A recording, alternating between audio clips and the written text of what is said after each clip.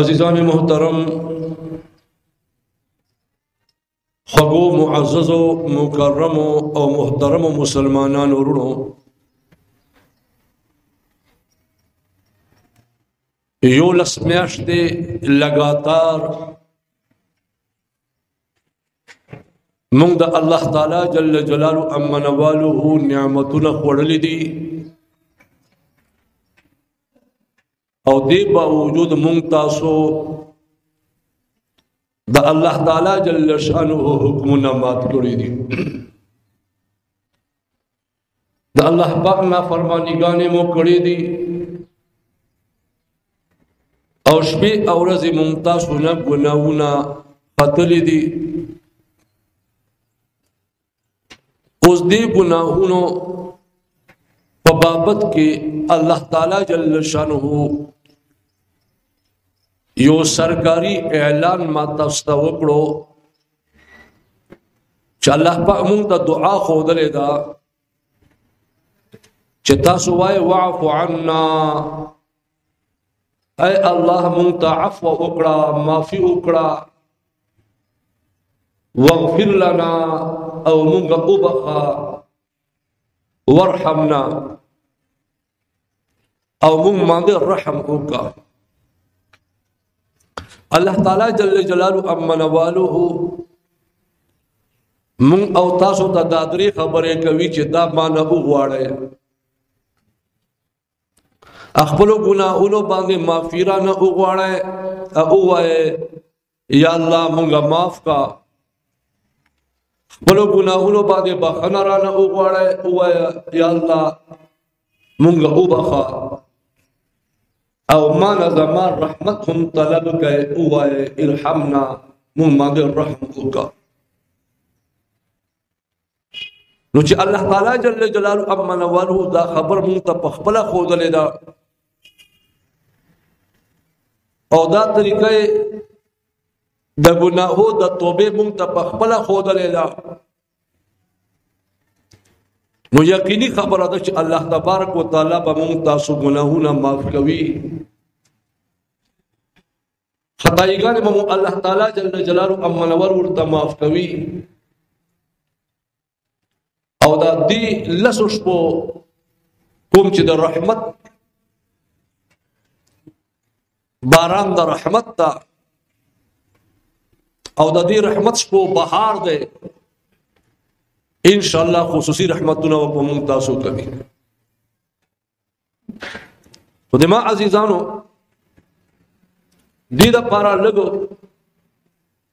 خپل ګناهونو په بابت کې سوچ کول پکار دي چې دا ګناهونه زه الله پاک جل جلاله امنولو باندې معاف کول غواړم،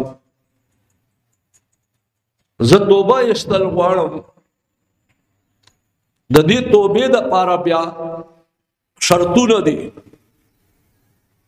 سلور شرطونه دي. درې شرطونه الله پاک جل شانه سره تعلق ساتي. یو شرط دا دی ان يقلع عنها، کومه ګناه به چې د کوله هغه نه باندې جدا شي او هغه نه به جداواله اختیار کړی، نه دا ګناه به بیا نه کوي. او دویم نمبر باندې ان يندم عليها، په دې باندې به ندامت اختیار کړي، شرمندگی اختیار کړي. ندامت او شرمندگی مقصد دا دی، مطلب یې دا دی چې دا سوچ به وکړي چې زه د الله تعالی جل جلاله امنوالو غوندې عظیم محسن او احسان کوونکی ذات چې ماته وجود راکو، زما تربیت د پاره زمکه اسمانونه په خدمت کې اولګول، زه مسلمان په کور کې پیدا کړم، زه د آخري نبی صلی الله علیه وسلم په امتیانو کې پیدا کړم او بیا دې باوجود ما دا اللہ تعالی جل جلالو امن والو نافرمانی شروع کرے دا اللہ تعالی جل جلالو امن والو حکمونه میں مات کړی دي دا دې د وجنا دا د زړه کې یو غم او درد پیدا شي بس دا غم او دا درد چې دا ما نافرمانی ولې کوله دا شرمندگی او ندامت ده نوړو منه شرط د ګناهونو توبه قبل دلو دا د چې ګناه نه با ځان جدا کړي هغه ګناه به بیان کوي او دویم نمبر باندې دای په هغه ندامت اختیار کړي او ويعزم عليها عزما جازما او کلک عزم په دې توبه باندې دای کوي کلک یو قسم لوز بکوي چې زب آینده دا ګناه نه کوم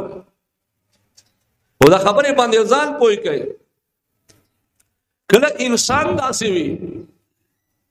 چې د خپل ندامت کله ورته میلاو شي او ندامت اختیار کړي په دې وخت باندې دا کله کا وعده وکي الله سره سيده بیا دا ګناه نه کوم بیا سبو دا پس خپل شیطان او نفس په غالب شي بیا دا خپل عهد خپل وعده ماته کړی اوس آیا د هغه مخکنه توبه باندې اثر پریوت نه کړنا روزنه کسان و یاره اصل توبه زو سر تر سوالې نشم نو څه توبه وباسما نرورا خپل توبه باندې کلک ووسا او ته چې کله توبه وباسي په دې وخت باندې چې تا مکمل اراده ای بلکې الله سره دې عهدي چې زه به دا ګناه بیا نه کوم او وروسته شیطان در باندې غالب شي نو دا عزم ماتوالی دا او تا خپل اراده چې کومه کړې وه قصد دې کړی و عزم دې کړی و هلته توبې دپاره هغه کافي و هغې توبې باندې څه اثر نه پرېوځي مخکنی ګناه دې معافه ده اوس دوباره درنه وشوه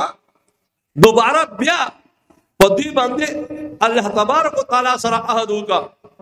بیا به دې ګناه ته نږدې نه ورځم په دې شرمندګي اختیاروم کلک عزم مې دې بیا به زه داسې نه کوم نو په دې انداز باندې تا نه بار بار توبه ماته شوه الله پاک هغه مخکني ګناهونه بیا نه درته واپس کړي ډېر غفور رحیم ذات دی علامہ آلوسی محمود بغدادی رحمت اللہ علیہ تفسیر لکھے روح المعانی یہ متقینوں پر تعریف کی اللہ یو آیت قرآن کے راوس دے ولم یصروا علی ما فعلوا پدی باندې علامہ آلوسی رحمت اللہ علیہ لکھی چې اصرار په ګناه باندې په دوه قسمه ده یو اصرار لغوی ده اصرار لغوی دی ته وایي کړه تقریبا لزل دی یو کار وکړو نو مونږ به دا وایي چې دا همیشواله کوونکی ده اصرار شرعي ده او یا ځل هم ګناه وکړه او هر ځل الله نه معافي غواړي او په زړه سره یقین سره د توبه وباسي بیا سبوده په شیطان او غولوي نو دا او یا ځل داسې توبه یې ماته کړله بیا په ګناهو باندې همیش کوونکی نه ده او دا متقینو کې شمار دی الله سونه احسان دی په ممتاز باندې